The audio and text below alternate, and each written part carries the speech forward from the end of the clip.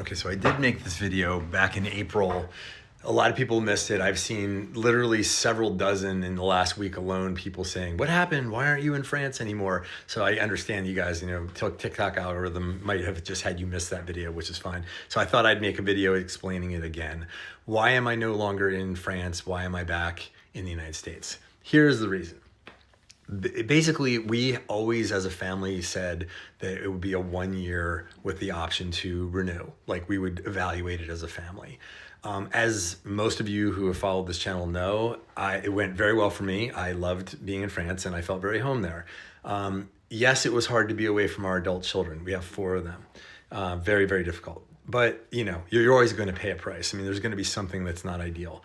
We leave behind friends and family. So that part was never ideal. But for me, I was going to be able to mitigate it with like regular visits back to the US to see my family and see our children. For my wife and my daughter, it was just not the right time to stay. They enjoyed their year. My daughter really missed her older siblings and her friends here in the United States. And that was hard. And, culturally, even though she speaks French fluently, it was still a big transition. And, she's at that age. She's 13. She was 12 then. That's just a tough age. That's a tough age just to be in the place you've always lived. So for her, she really just did not acclimate to it and did not really want to stay. It's not because France is bad. This is not any kind of a referendum on France. It's just one kid's wishes and so forth. And she always said, "Hey, I'm just going to go check this out with you guys," which I super appreciate her willingness to do that. But for her, it just was not the right time. That does not mean it wasn't a very culturally enriching experience for her and like life-changing. And I think she'll look back on that fondly later, and it'll pave the way to her being able to realize she can do anything. Because wow, what a badass. She totally moved, across the world. But she can do that again later. Maybe she'll go back to France. Maybe she'll go to another place in Europe. But, she's kind of done that. And so it enriches her. And she's like the super cool kid at school because she like lived in France and, whatever. That helps her. And she's reconnected with all of her French school friends now in middle school here. She's in 8th grade now in back where she's going to school, which is really cool. These are all the kids she went to French school with here her whole life before she went to the US, before she went to France. So that's been good. And hopefully she'll keep up her French. That's my biggest concern right now. On my wife's side, it was really just missing her family and especially the kids, but also her family. And she just wasn't ready. We've talked about it.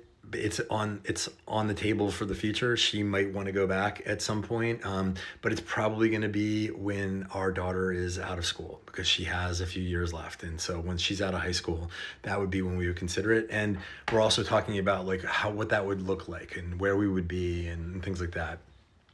For myself, again, you guys already know, I loved it and it was really hard, but there's a lot of benefit for me to be back, not politically, not financially, I could say a lot of other things. But I've talked about in another video how I've kind of ameliorated some of the concerns with like, non-walkability of the cities and the food and all that. But I get to work my son out like a couple of nights a week. That's how we bond. We go and like work out together. And it's just like, I don't get to do that. And how many, like, you never know like how much time you have with your kids, right?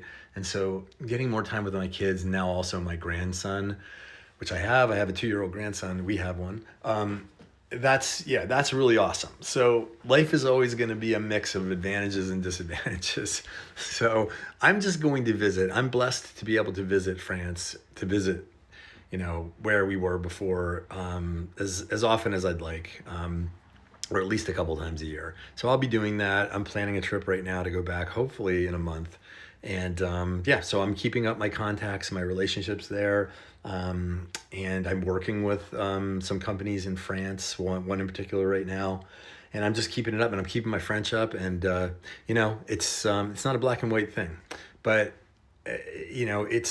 it's not as bad as I thought it would be. I was pretty freaking depressed for the first month. I'm not gonna lie. And a lot of you noticed that. I tried to, not come on here and be like, crying in my beer, but, it was really hard, but I've been blessed to be like, have my life filled with a lot of positive things that illustrate the advantages of being here. which I kind of said is a lot about family. But I miss the hell out of France, and I miss my French friends and all that. But I lived my life missing a lot of people. I miss all of my friends in Kenya, the kids that we work with. If you haven't seen those videos, check them out. But I have a whole playlist about it. But we work with an orphanage in Kenya, and we work with them, support them, and we have a mission there in our Loving Home Ministries 501c3 that my wife and I run. So we're constantly missing them, like, for years. It's so painful when we leave, and it's so painful when I leave France now, and it's so painful when I leave, when I visit California and I leave here and I visit Florida. I'm leaving people I love all over the place all the time, and that's a blessing.